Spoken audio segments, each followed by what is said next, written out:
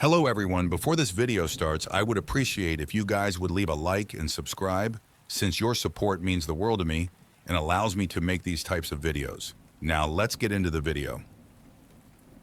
I had heard a knock on the door, but when I opened it, no one was there. I looked around, nothing. Then I looked down and saw it. Lying there on the doorstep was an old cell phone with a cracked screen. I picked it up and clicked the home button. It opened without a passcode, revealing a home screen with only one app. Rebecca? I called out to my 18-year-old daughter as I stepped back inside and closed the door behind me. You know anything about the cell phone I just found on the doorstep? On the doorstep? She called back from the living room, likely scrolling away on her own phone. Yeah, with a big crack in it? Nope. I guess I'll just throw it out then. Wait, I want to see... She cried out, her curiosity piqued, as she made her way over to the kitchen. I held it up for her to see. Ebo looks old, like from when you and Mom were growing up. When your mom and I were growing up, there were no cell phones, Becca. Sounds boring. Yeah, it was, perfectly boring, in the best way possible. Now look at what's become of the world. Yeah, let me see it, she said, snatching the old cracked cell phone out my hand. What's the passcode? There isn't one. She opened it. Just one app? This phone is so mid. Mid? I asked, unfamiliar with her Gen Z slang. It means like mediocre, Dad. Where'd you find this thing anyway? I told you on the doorstep. Someone knocked and ran away.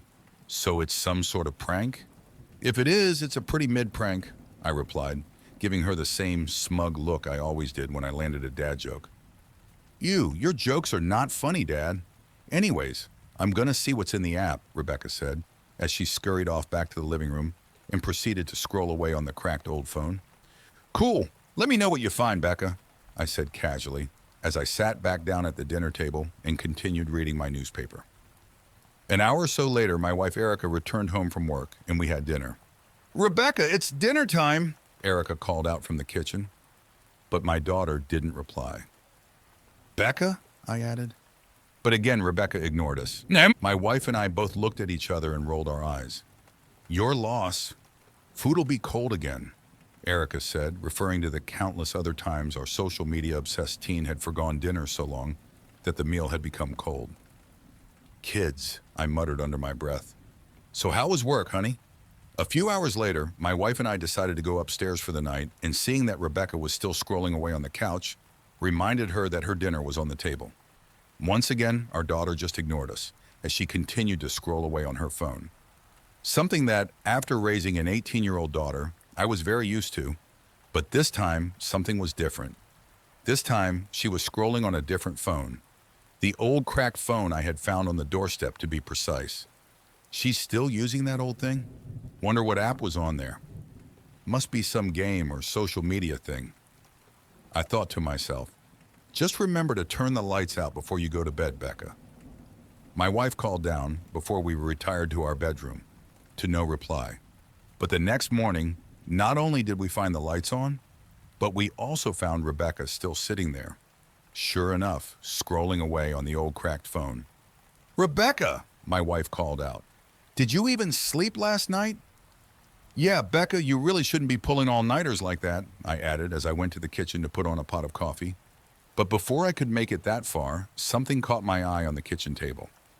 To my disbelief, there was Rebecca's dinner, still sitting there, completely untouched. That's when I knew that something was very wrong. By the time my wife and I were able to pry the old cracked cell phone out of our daughter's hands, Rebecca had gone into a sudden fit of rage. Give it back, she screamed, her eyes cold and lifeless. I tossed the phone to Erica behind me while I stood between her and our daughter. I said give it back, Rebecca screamed again in a threatening fashion. Becca, what's gotten into you? It's just an old phone, and a cracked one at that, I began. But before I could continue, my innocent daughter, who had never laid a finger on a soul her entire life, suddenly lunged at me, swung her arm, and ran her nails across my face, tearing the flesh from my skin and causing blood to pour down my neck. Rebecca! I yelled, raising my voice. But it was too late. She had already hopped over me and chased my wife into the kitchen. When I finally caught up to her at the entrance to the kitchen, I saw my daughter standing there with a steak knife on one side of the kitchen table, while my wife stood on the other, shaking in fear as she held the old cracked phone in her hand. What was on that app? I asked hypothetically out loud, realizing that whatever my daughter had discovered on the phone must have been the cause of her 14-hour doom scroll and subsequent fit of rage. But Erica must have taken me literally, immediately opening the phone and going to the app. I saw a perplexed look wash over my wife's face as she took her finger, placed it on the phone's cracked surface, and started to scroll. "No, Erica, stop!" I cried out as I ran over to her and ripped the phone from her hand.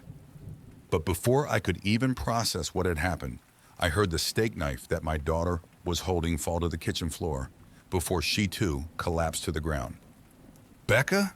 I asked, confused by her sudden change of disposition, but at the same time relieved that her fit of rage had ceased. That's when I heard a growl behind me, as my daughter's rage had somehow shifted to my wife, and Erica picked up the knife from the floor. "Give it back!" my wife screamed, her eyes now cold and lifeless.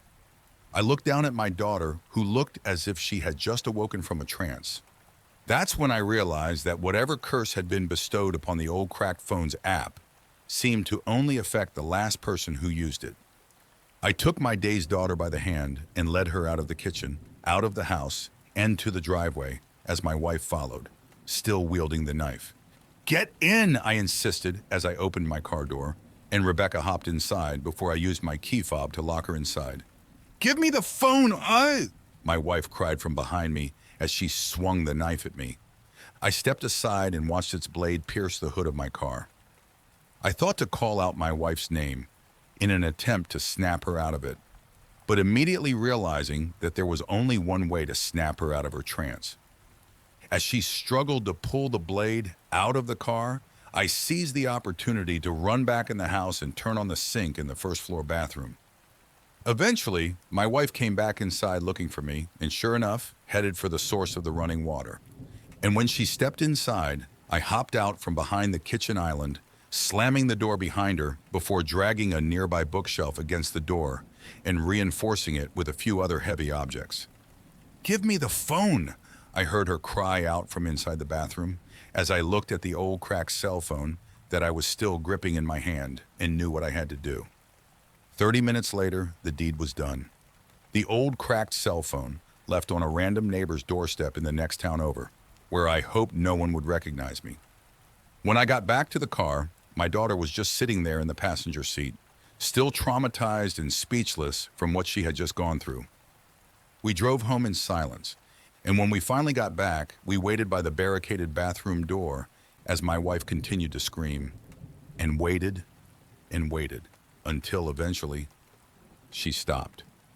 I slid the heavy objects and bookshelf aside and opened the bathroom door to find Erica just standing there, as if waking from a bad dream, the same exhausted expression on her face that I'd seen previously on my daughter. It had worked. My wife was no longer possessed by the vile device.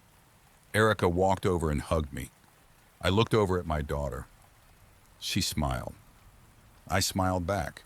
In that moment, two things became clear. One, someone else had been possessed by the phone prior to leaving it on my doorstep. Two, someone new was possessed by it now. But all that mattered to me in that moment was that my family was okay. I wish I could say that after the dust settled, my daughter swore off cell phones, social media, and apps altogether. But the truth is, it only took a day before she was back to doom scrolling on her own phone. Now, every time she does and her dinner gets cold, I can't help but fear that she's been possessed again, but then I realize she's just a teenager. Thank you for watching the video fully. Please hit the like and subscribe button, since I could not make these videos without your support, and it means the world to me.